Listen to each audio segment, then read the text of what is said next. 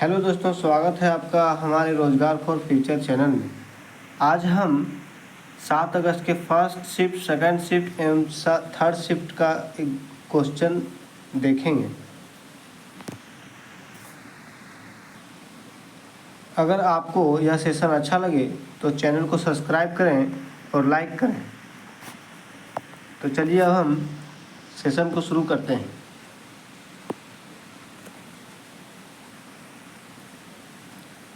जैसा कि यहाँ लिखा हुआ 7 अगस्त का फर्स्ट शिफ्ट का एग्ज़ाम का एनालिसिस है। आगे सेकंड और थर्ड शिफ्ट भी आएगा। पहला है, भारत का पहला महिला गवर्नर जनरल कौन थी? तो सरोजिनी नायडू थी। हम अब भारत के पहला सभी महिलाओं को देखेंगे कि पहले स्थान में कौन सी महिला क्या थी। हम पीडीएफ तो नहीं बना पाए दोस्तों, लेकिन आपको हम बता देते हैं। लोकसभा की पहली महिला अध्यक्ष कौन थी? तो मीरा कुमार थी। पहली महिला राष्ट्रपति कौन थी? तो प्रतिभा पाटिल थी। पहला प्रधानमंत्री कौन थी? तो इंदिरा गांधी थी। पहली महिला राज्यपाल कौन थी? तो सरोजिनी नायडू थी। पहली आईपीएस कौन थी? तो किरण बेदी थी। पहली मुख्यमंत्री कौन थी? तो सुचित्रा कृपलानी थी। केंद्रीय मंत्री कौन थी? तो राजकुमारी अमृत कौर। आईएनसी का अध्यक्ष कौन थी? तो एनी बेसेंट। और सुप्रीम कोर्ट की न्यायाधीश कौन थी? तो मीरा साहिब फातिमा बीबी। चलिए हम आगे की ओर देखते हैं।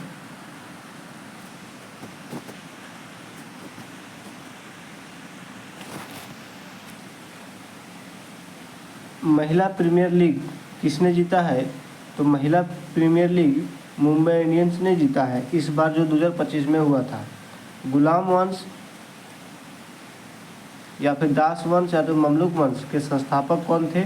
तो उसका संस्थापक कुतुबुद्दीन ऐबक थे। तो चलिए अब हम गुलाम वंश को कुछ देखते हैं। गुलाम वंश दिल्ली सल्तनत का एक वंश है।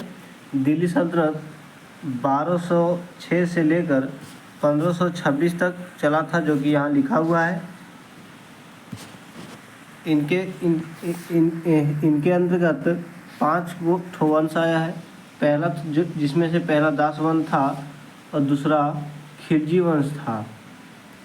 खिलजी वंश जिसका शासनकाल 1290 से लेकर 1320 तक था। उसके बाद आया तुगलक वंश। तुगलक वंश इसका शासन 1320 से 1414 तक रहा था। आगे का वंश देखते हैं। आगे का वंश था सैयद वंश। सैयद वंश इसका शासनकाल 1414 से लेकर के 51 तक रहा था, यानी कि 14 से 51 तक।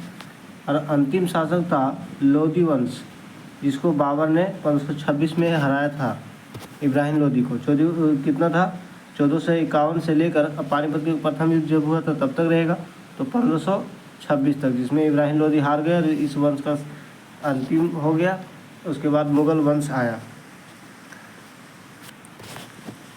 आगे की ओर देखते हैं। पूछा जा रहा है दिल्ली का सीएम कौन है वर्तमान में? तो रेखा गुप्ता।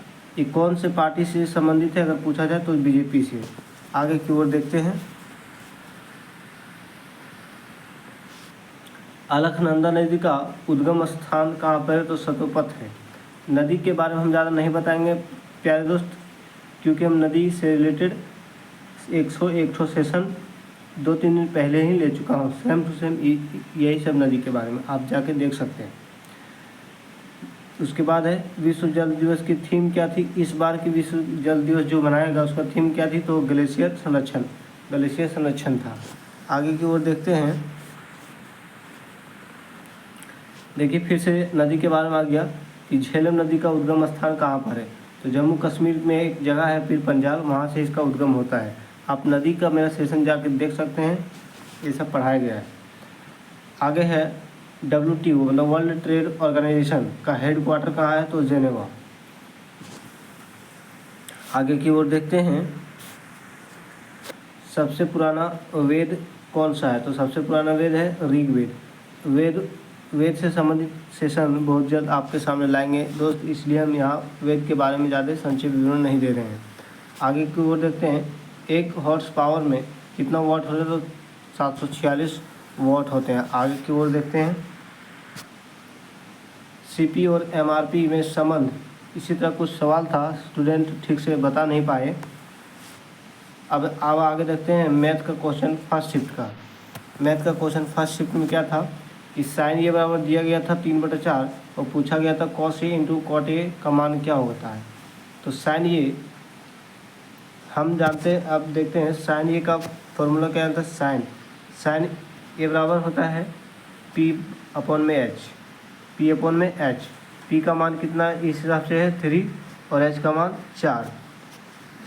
एच का मान है 4, ठीक है। आप कहीं से ट्रिपलेट ना समझें, ये ट्रिपलेट नहीं है। अगर ये ट्रिपलेट होता तो एच का मान 5 होता है, यहाँ एच का मान 4 दिया गया, इसलिए आपको बी का मान निकालना पड़ेगा।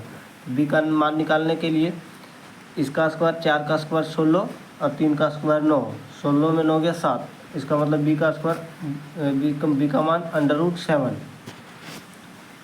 अब बी का मान √7 आ गया, इसको मिटाते हैं और उसके बाद आपको निकालना है कॉस ए का मान। कॉस बराबर क्या होता है b/h। बी का मान आपने निकाला √7 और एच का मान आपको दिया 4 इंटू कॉट p/b। कॉट होता है p/b, तब b/p होगा, ये b/p। साइन होता है p/b, तो कॉट होगा b/p। बी का मान आपने कितना निकाला है √7 और p का मान आपको दिया है 3। 7 से 7 और 4 दिया 12, ये आपका आंसर होगा। आगे की ओर देखते हैं,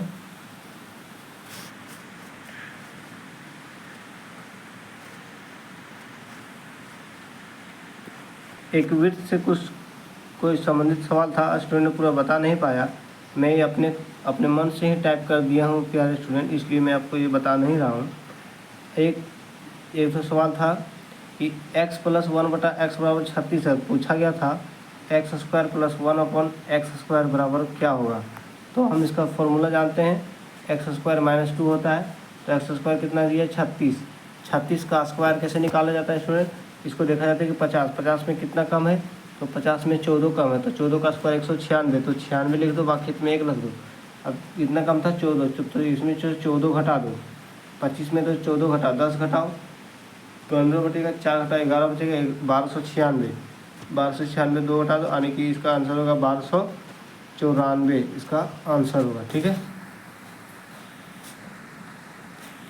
आगे की ओर देखते हैं, पूछा गया था 906 गुना 894। 906 गुना 894, आप इसे ना करें, ये आपको इस फॉर्म में दिया गया है। ये आपको x² - y² के फॉर्म में दिया गया। आप इसे अभी आप दिखाते कैसे हैं। इसको हम लिख सकते हैं 900 + 6 और इसको हम लिख सकते हैं 900 - 6। अब आपको दिखा x + y into x - y के फॉर्म में, यानी कि हम इसको लिख सकते हैं 900 का स्क्वायर - 6 का स्क्वायर, ऐसे में। तो 9 का स्क्वायर 8100, ठीक है, 1 2 0 और 6 का स्क्वायर 36। इन दोनों का अंतर जो आएगा वही आंसर होगा। आगे की ओर देखते हैं, शंकु का आयतन पूछा गया था। डेटा स्टूडेंट ने नहीं बता पाया, इसलिए डेटा यहाँ पर नहीं, लेकिन शंकु का आयतन पूछा गया था। आप क्षेत्रमिति का ऊपर सभी देख के जाएंगे। आगे की ओर देखते हैं, रेशू आप देख के जाएंगे। रेशू का ये सवाल पूछा गया था। इस टाइप के सवाल में हम लोग करते क्या स्टूडेंट, बाहर वाले के गुना और अंदर वाले के गुना, ठीक है, आप खुद से कर लेंगे। आगे देखते हैं, एक बेलन से भी संबंधित सवाल था, स्टूडेंट ठीक से बता नहीं पाए, इसलिए इसे भी हम देखेंगे बाद में। आगे की ओर देखते हैं भी, देखो 2 साल का साधारण व्यय इतना है और शायद यहाँ 5 साल था,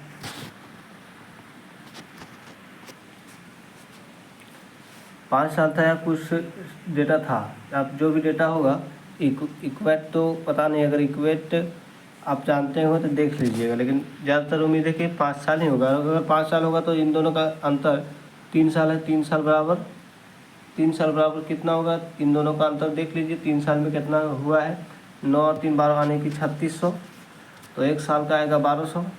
ठीक है, 1 साल का आया 1200।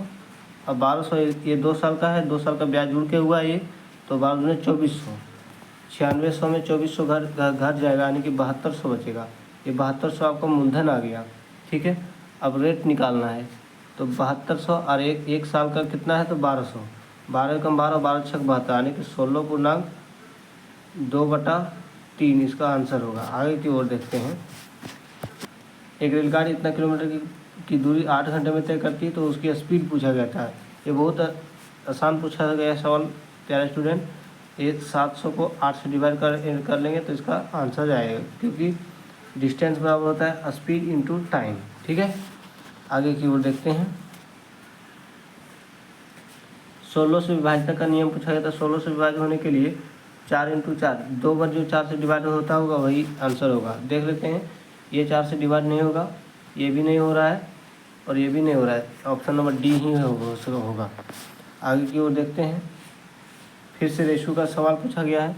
ऐसे सवाल में हम लोग क्या करते हैं, जिसका मान निकाल रहे होते हैं उसको जाके 2 जो बचता है उसके साथ गुना किया जाता है। 7 × 5 = 35 और ये 7 × 4 = 28 और अपर 7 × 4 = 20। इन तीनों का मान दिया था, जितना जोड़ के होगा इसका मान कुछ दिया था। डेटा आगे नहीं है तो हम इसे नहीं बता रहे हैं। आगे पढ़ जाते हैं। ये बोडमास रूल था, आप देख लीजिएगा इसी बोडमास रूल पर आधारित। आगे की ओर देखते हैं।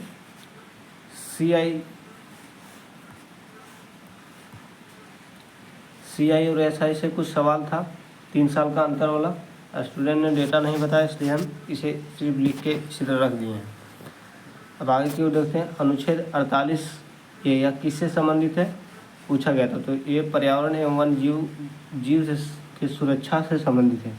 यह DPSP के अंतर्गत आता है। DPSP आर्टिकल 38 से लेकर 51 तक है और यह आयरलैंड से लिया गया है।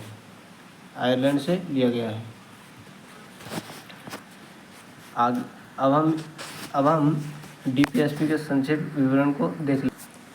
तो आर्टिकल 38 में क्या है कि राज्य लोगों के सामाजिक एवं आर्थिक विकास में मदद करेगा, यानी कि लोगों के जो समाज में रहता है भी उसका आर्थिक मदद कर देगा।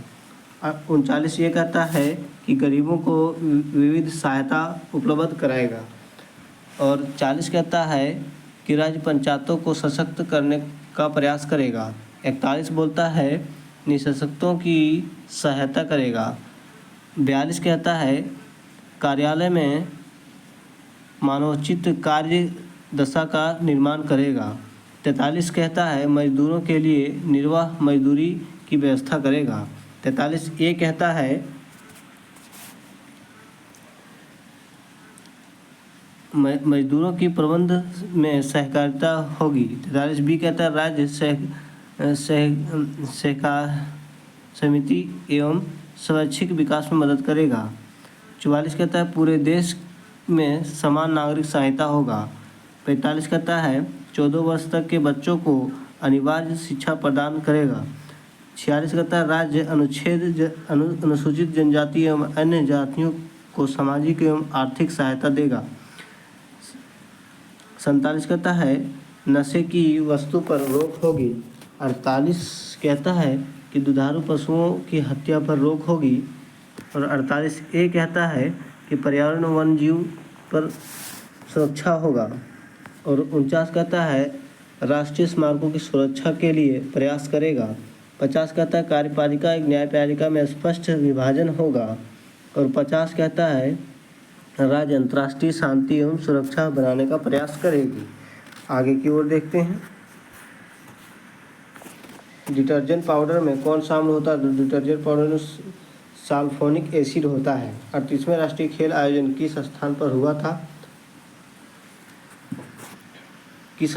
हुआ था, 28 जनवरी से 14 फरवरी तक हुआ था। किस स्थान पर हुआ था ये तो टाइप नहीं हो पाया स्टूडेंट। आगे की ओर देख लेते हैं।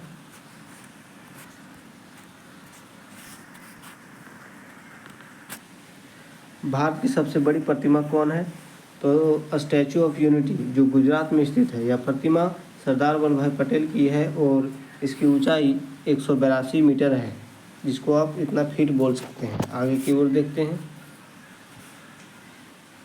भारत का कौन सा राज्य सबसे अधिक चाय उगाता है? तो वो असम है। आगे की ओर देखते हैं। भीमबेटका की गुफा किस राज्य में है? तो मध्य प्रदेश में है। भारत के पूर्वी हिमालय का नाम क्या है? तो पूर्वांचल या फिर पूर्वी पहाड़ी से बोला जाता है। आरबीआई की डिप्टी गवर्नर कौन है? तो पूनम गुप्ता 3 साल के लिए बनी है। अब सेकंड शिफ्ट का आ जाते हैं। जो 7 अगस्त का सेकंड शिफ्ट का है। तो पहला शिफ्ट को सवाल क्या है? भारत के पहले मुख्य चुनाव आयुक्त कौन थे? तो सुकुमार सेन थे। ठीक है, सुकुमार सेन।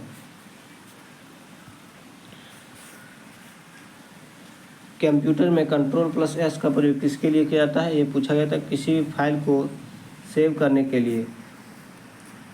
कंप्यूटर में शॉर्टकट की से सवाल पूछा जा रहा है प्यारे स्टूडेंट, इसलिए हम शॉर्टकट क्यू का सारा PDF कल सुबह इसी चैनल में अपलोड कर देंगे। आगे की ओर देखते हैं। हार्ट लैम्प एनर्जी में अनुवाद किसने किया?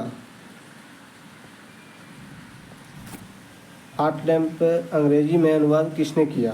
तो दीपा भास्ती ने किया। आगे की ओर देखते हैं। 1919 अधिनियम के तहत कौन से विषय स्थानांतरित? इसके बारे में पूरा फुल डेटा नहीं दे पाए स्टूडेंट, इसलिए इसे हम केवल लिख दिए कि 1919 अधिनियम आप पढ़ लेंगे। सुलह कुल की नीति कौन से बादशाह ने अपनाया था? तो अकबर ने। अकबर ने और कई काम करवाया था जो कि थोड़ा लंबा है, इसलिए हम इसमें नहीं लिए हैं। आगे की ओर देखते हैं। पानीपत के तृतीय युद्ध किनके बीच हुआ था? तो मराठा के बीच हुआ था और अहमद शाह अब्दाली के बीच में हुआ था। पानीपत का तृतीय युद्ध यह इसमें मुगलों का कोई हाथ नहीं था। यह 14 जनवरी 1761 में हुआ था। 1526 में पानीपत का पहला युद्ध हुआ था, जो कि बाबर और इब्राहिम लोदी के बीच में हुआ था, और दूसरा हुआ था पानीपत का दूसरा लड़ाई 1556 में। आगे की ओर देखते हैं। किस अनुच्छेद में SC और ST कार्य शक्ति का उल्लेख है? किस अनुच्छेद में SC और ST कार्य शक्ति का उल्लेख है? तो 341 में और 342 में, अनुसूची 5वां में। अब हम आपको सभी अनुसूची को बता देते हैं।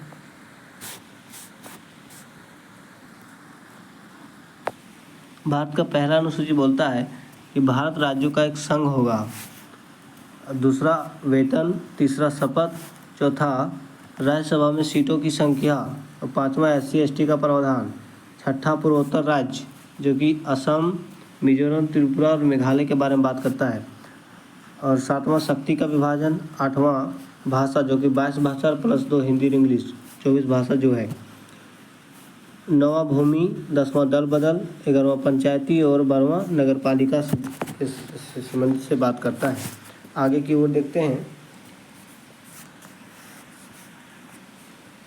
पूछा गया है कि जागर नृत्य किस राज्य का लोक नृत्य है? तो यूके का। लोक नृत्य से भी सवाल पूछा जा रहा है प्यारे स्टूडेंट। अगर आप कमेंट करेंगे तो लोक नृत्य का सेशन हिंदी और इंग्लिश दोनों मीडियम में आपके लिए लाएंगे।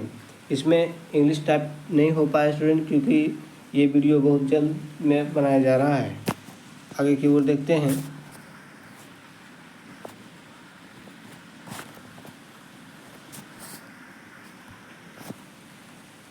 भारत की पहली फीचर फिल्म कौन सी थी जो 1913 में बनी थी? तो कौन सी थी? राजा हरिश्चंद्र।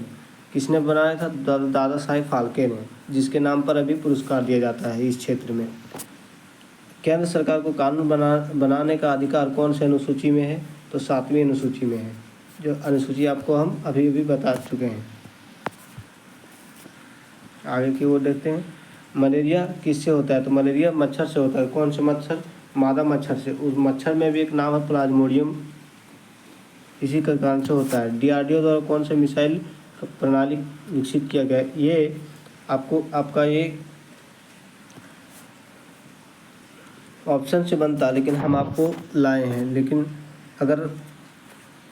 अगर ऑप्शन में ब्रह्मोस होता तो ब्रह्मोस ज़्यादा सही होता। इन सभी मिसाइल प्रणाली को विकसित किया, जैसे अग्नि, पृथ्वी, त्रिशूल, नाग, आकाश, ब्रह्मोस। यही अगर होगा तो यही आंसर होगा। और पिनाका। आगे की ओर देखते हैं, उलगुलान विद्रोह को किस नाम से जाना जाता है? तो बिरसा मुंडा के नाम से। आगे की ओर देखते हैं, आज के लिए इतना ही प्रश्न है प्यारे साथियों। अगली बार आपके लिए हिंदी और इंग्लिश दोनों मीडियम में लाएंगे, और साथ के साथ मैथ और रीजनिंग का भी सवाल लाएंगे, क्योंकि स्टूडेंटों ने बता नहीं पाया और यह वीडियो हमको बनाना पड़ा। इसलिए आप अभी देख लें, अगला बार से हम इंग्लिश और हिंदी दोनों में लाएंगे, सारा सब्जेक्ट का लाएंगे। और यदि आपको सेशन ये अच्छा लगे तो चैनल को सब्सक्राइब करें और लाइक करें। धन्यवाद। अब हम क्लास को ऑफ करते हैं।